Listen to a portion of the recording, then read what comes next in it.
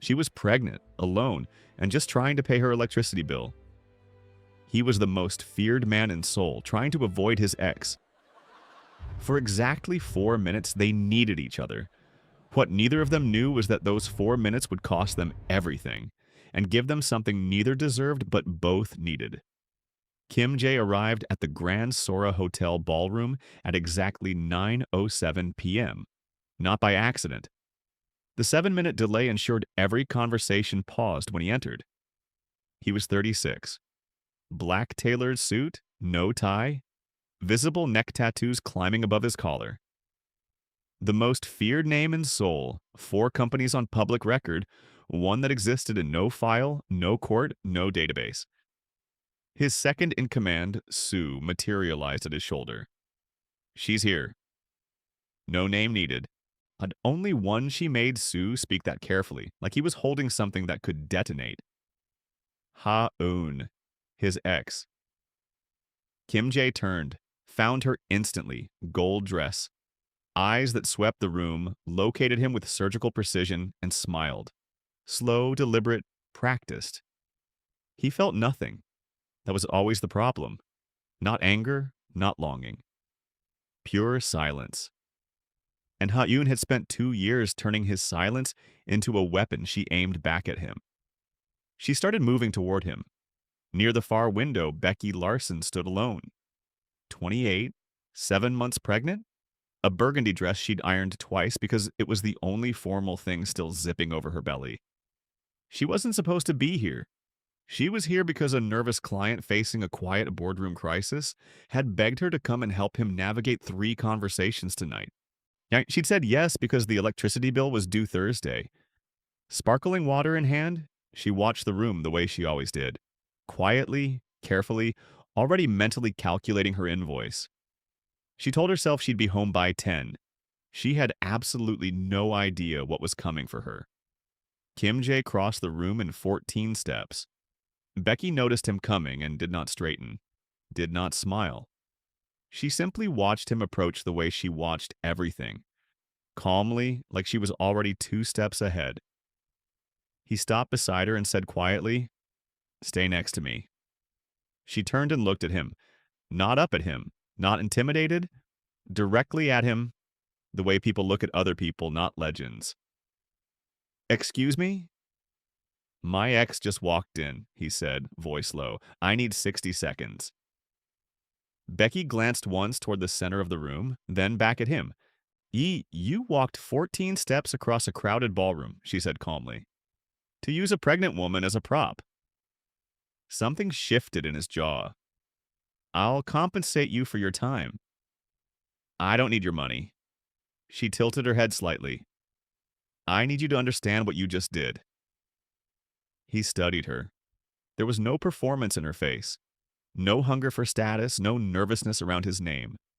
Just a steady, quiet intelligence that made him feel, for one uncomfortable second, completely visible. Ha-eun was close now, close enough to see everything. Becky didn't look at her, didn't smirk. She simply shifted her weight slightly toward Kim Jae, barely noticeable, entirely deliberate, and said softly, "She picked that dress to remind you she exists. You're letting it work." Ha-eun slowed. Kim Jae went completely still. How did you—" "Because you came to me," Becky said simply. "Not her." Ha-eun turned away.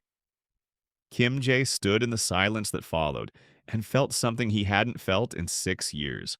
Caught off guard. He used her in 60 seconds. She saw through him in 10. Drop a comment. What would you have done in Becky's position? Kim Jae left the gala before midnight. He sat in the back of his car in complete silence. Sue didn't speak. He had learned years ago that silence after a gala meant Kim Jae was processing something he wouldn't name yet. After 9 minutes, Kim Jae said, "Find out who she is, the pregnant woman by the window." Sue didn't ask which one. By morning, a single folder sat on Kim Jae's desk. Becky Larson, 28. Freelance crisis communications consultant. No powerful family, no corporate connections. Built her reputation alone. client by client. Her last 4 clients had walked into scandal and walked out clean. No media trail, no lost cases, pregnant, 7 months, father of the child, not in the picture, not by abandonment, by death. Her partner had passed 8 months ago in a car accident. Kim J read that line twice. He closed the folder. Irrelevant, he told himself. He told himself that 3 more times before noon. What he could not explain was why the folder was still on his desk by evening, and why the line that kept returning to him wasn't her credentials. It was what she'd said. You came to me, not her. No one spoke to Kim J like that. Not advisors, not rivals, not ex-lovers. People performed around him. They calculated, they positioned. She had simply told him the truth. Unasked, unhurried, like it cost her nothing. Like he was just a man standing beside a window making a mistake. He hadn't felt like just a man in a very long time. His phone buzzed. Sterling Group's legal team. A quiet but serious leak had surfaced. Contract fraud allegations. The kind that built slowly, then buried everything. He needed someone discreet. He already knew who.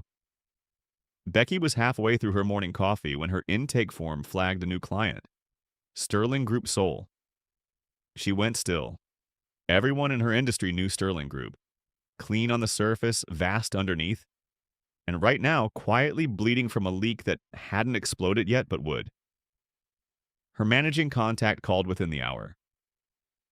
We need someone discreet, fast. You came highly recommended. She almost said no. She thought about the hospital bill sitting on her kitchen counter, and the nursery she hadn't finished, the electricity bill she'd paid 3 days late. She took the meeting. Kim J was already seated when she arrived. No Sue, no legal team. Just him, a table, and 2 cups of coffee. One black, one with exactly the right amount of cream. She sat down without greeting him. You researched my coffee order. I research everything. Then you know I don't mix professional work with personal complications. His eyes held hers.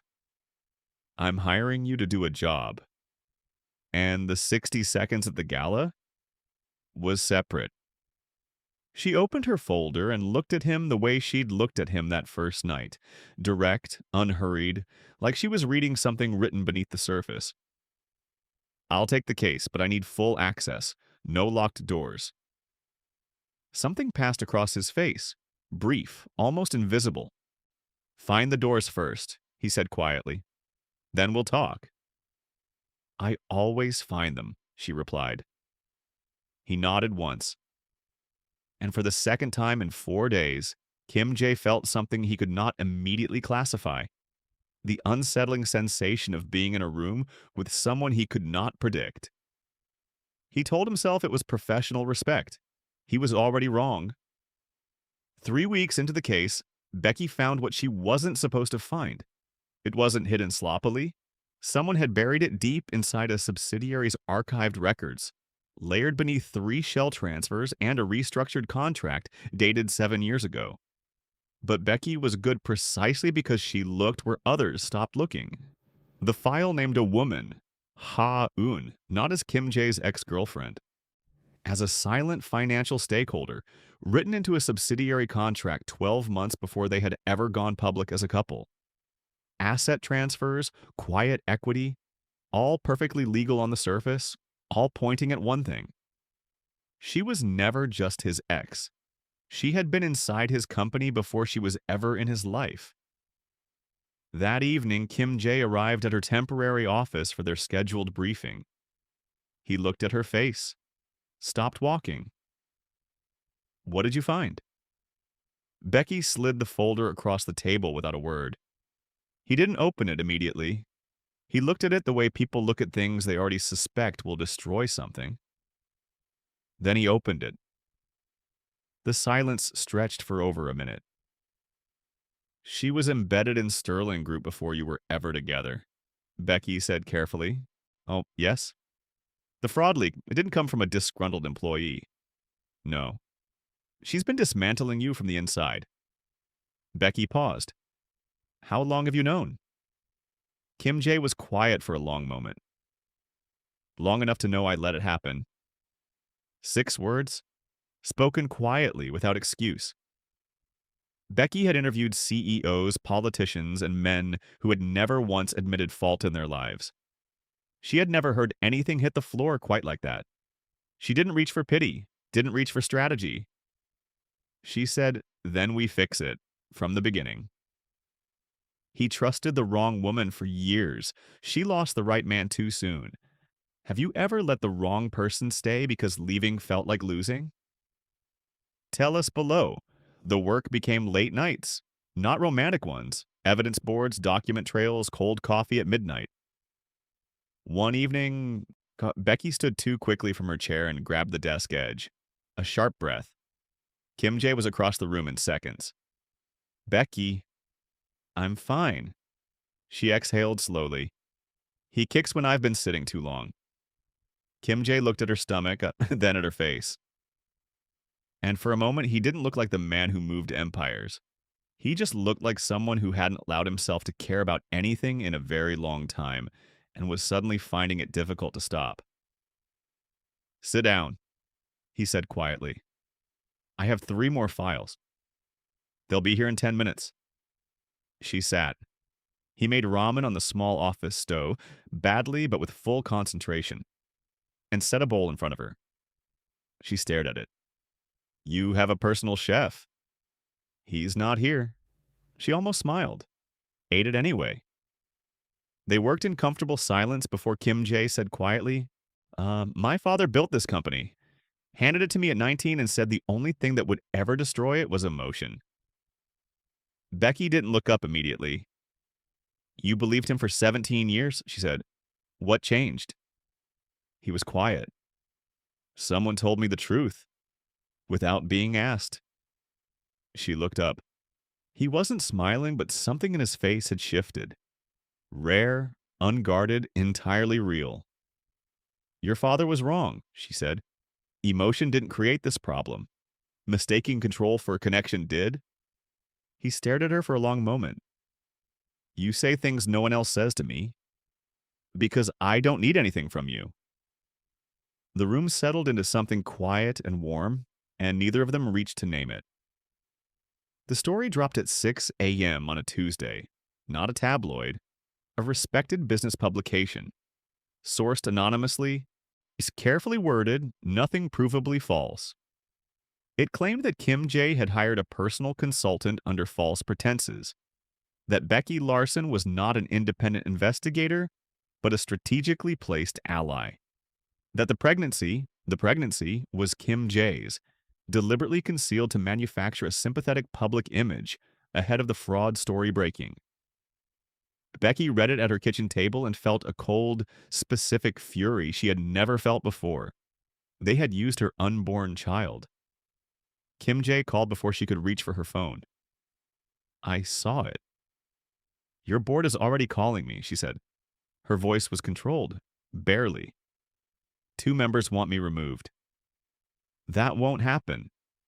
Kim Jae? Her voice cracked, just slightly, just enough.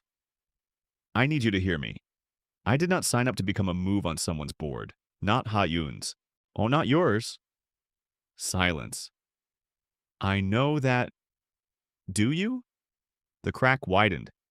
Because every time I think something real is happening between us, I remember how this started.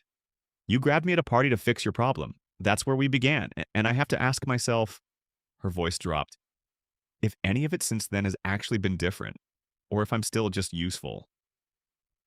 The silence was long, heavy. Becky, don't send the final case report by Friday. I'll have Ha-eun's full evidence trail completed. She hung up. Kim Jae sat in his office, surrounded by lawyers and board members, and people who needed statements and strategies and careful words. He heard none of them. He only heard the crack in her voice. And the terrifying realization that losing Sterling Group meant absolutely nothing compared to losing her. Kim Jae did not draft a statement. He did not call his legal team. did not let his communications director craft something safe and measured that protected the company and left Becky stranded inside Ha-Eun's narrative. He sat alone in his office for 40 minutes. Then he called a press briefing for the following morning. No notes, no prepared remarks, no Sue standing behind him with a script. Just Kim Jae at a podium, Sterling Group's logo behind him, his board visibly tense to his left. He said that every claim about Becky Larson was false, that she had been hired for her expertise and her expertise alone, that she had done work of extraordinary integrity under extraordinary pressure, that she owed him nothing, not her silence, not her reputation, not a public role she never agreed to. A reporter raised her hand. Is this damage control? Getting ahead of the story? Kim Jae looked at her directly. No, it's the first honest thing I've done publicly in a very long time. The room shifted. He stepped back from the podium. Becky was standing at the back of the room. She had come alone. Quietly, hadn't told him. She needed to see not what he would say, but who he would choose to be when it cost him something real. She watched his board's faces, watched his legal team exchange glances, watched Ha-Eun's carefully constructed narrative collapse in real time. Not because of strategy, but because of honesty. In Kim Jae's world, honesty was the most expensive currency there was. He saw her the moment the cameras redirected. Neither of them moved. He had walked out there without knowing if she'd be there. That had been the point, and she knew it. She walked toward him slowly, not with the speed of someone who had forgiven everything easily, but with the deliberate steps of someone who had thought carefully about every single one of them. You didn't have to do that, she said. The board, the optics. You know what this cost you. Yes. You knew before you walked out there. Yes. She studied his face, looking for the calculation underneath, looking for the man who crossed rooms with a purpose that had nothing to do with her. She didn't find him. What she found instead was quieter. A man standing in the full consequence of his own honesty, not trying to make it smaller or useful. You don't get everything just because you defended me, she said. I know that. You get one chance. I'll take it. 3 weeks later, Becky's son arrived at 3:17 a.m. Kim Jae was in the hospital corridor. Not because she had called him. Because Sue had, quietly, without being asked. He sat outside the delivery room for 4 hours. Said nothing to anyone. When the nurse finally opened the door, he stood slowly. Becky was holding him. Small, wrapped in white, eyes barely open. She looked up and found Kim Jae in the doorway. This man who moved empires, standing completely still, wearing an expression she had never seen on him before. Undone. Entirely. Come in, she said softly. He crossed the room, sat beside her, looked at the boy for a long moment. What's his name? Becky looked down at her son, then back at Kim Jae. I haven't decided yet, she said quietly. I was waiting to see who showed up. Kim Jae looked at her. Something broke open in his chest, slow, permanent, irreversible. He reached over, carefully like something precious, albeit, and held her hand. Neither of them let go. He gave up control to keep her. She gave him a chance, not because he was powerful, but because he became honest. Would you have let him in? Tell us below. And if the story stayed with you, subscribe and share. A new story drops every week.